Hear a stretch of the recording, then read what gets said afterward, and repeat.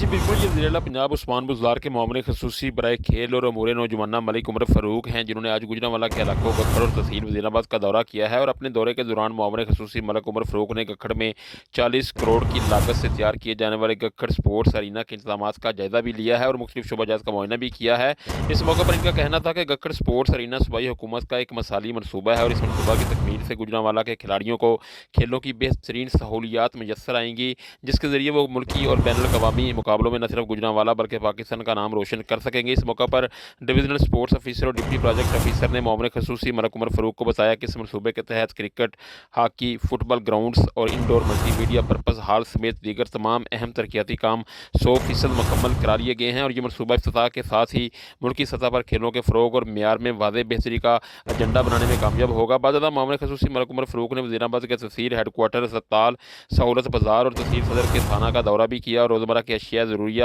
خصوصاً چینی اور آٹے کے معیار اور قیمتوں کا جائزہ بھی لیا اور تحصیل ہیڈ کوارٹر اسپتال میں داخل مریضوں کی عیادت بھی کی اور ان سے اسپتال میں مہیا کیے جانے والی طبی سہولیات بارے دریافت کیا۔ بعد انہوں نے تحصیل آفس میں وزیر آباد میں منعقدہ کلی کچہری میں لوگوں کے مسائل سن کر فوری حل کے لیے احکامات بھی جاری کیے۔ جی